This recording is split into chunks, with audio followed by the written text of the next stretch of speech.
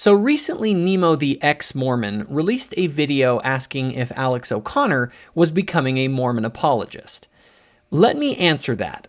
No, he's not.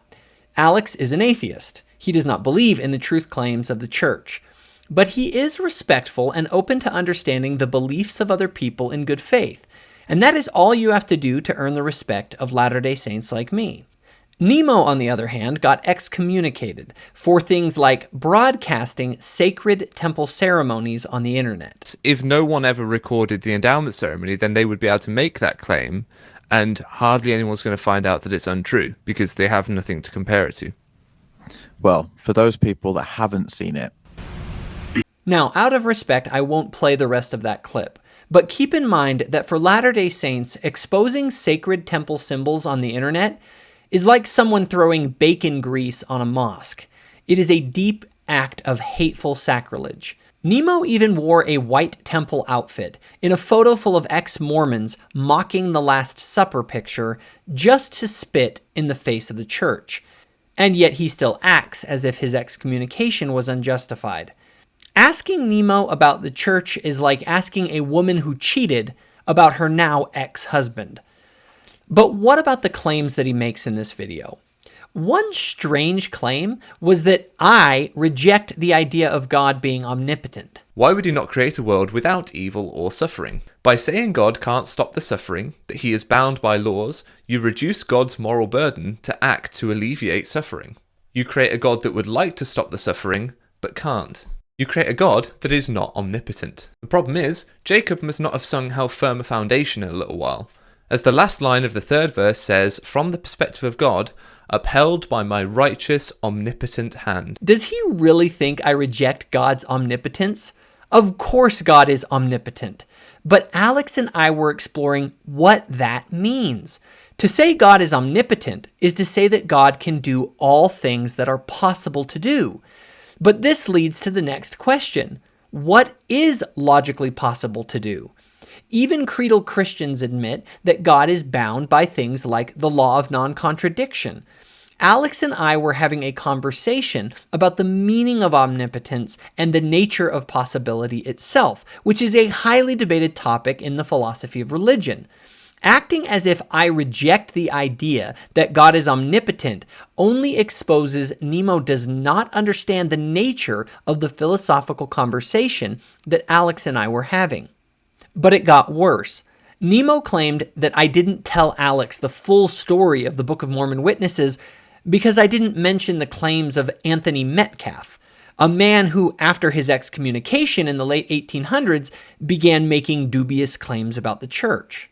Martin Harris said to Anthony Metcalfe, he means allegedly said, I never saw the golden plates, only in a visionary or entranced state. Now perhaps Nemo has not looked into the totality of the statements of Martin Harris as I have, because any examination of them reveals that Metcalfe is an outlier in the historical record, and Martin Harris repeatedly responded to people like Metcalfe who claimed he only saw the gold plates in a vision. Gentlemen, do you see that hand? Are you sure you see it? Are your eyes playing a trick or something? No. Well, as sure as you see my hand, so sure did I see the angel and the plates.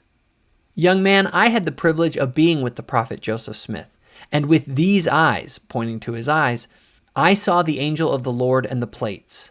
And with these ears, pointing to his ears, I heard the voice of the angel. And with these hands, holding out his hands, I handled the plates containing the record of the Book of Mormon. Well, just as plain as you see that chopping block, I saw the plates. And sooner than I would deny it, I would lay my head upon that chopping block and let you chop it off. Young man, do you see that sun shining through the window? Just so sure as that sun shines and gives us light by day, so sure I know the Book of Mormon is true. For I saw the angel. I heard his voice. I saw and handled the plates upon which the Book of Mormon was written. Look, in any historical record, there are outliers, but you don't base history on the outliers in the data.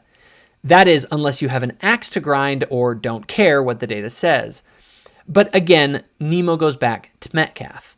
David Whitmer said, again to Anthony Metcalfe, "Of course we were in the spirit when we had the view, for no man can behold the face of an angel except in a spiritual view. But we were in the body also, and everything was as natural to us as it is at any time." Okay, did he miss that last part? And everything was as natural to us as it is at any time. In this account, David Whitmer is explicitly saying that they were in a perfectly natural setting, but that the angel's aura of light and glory overshadowed them.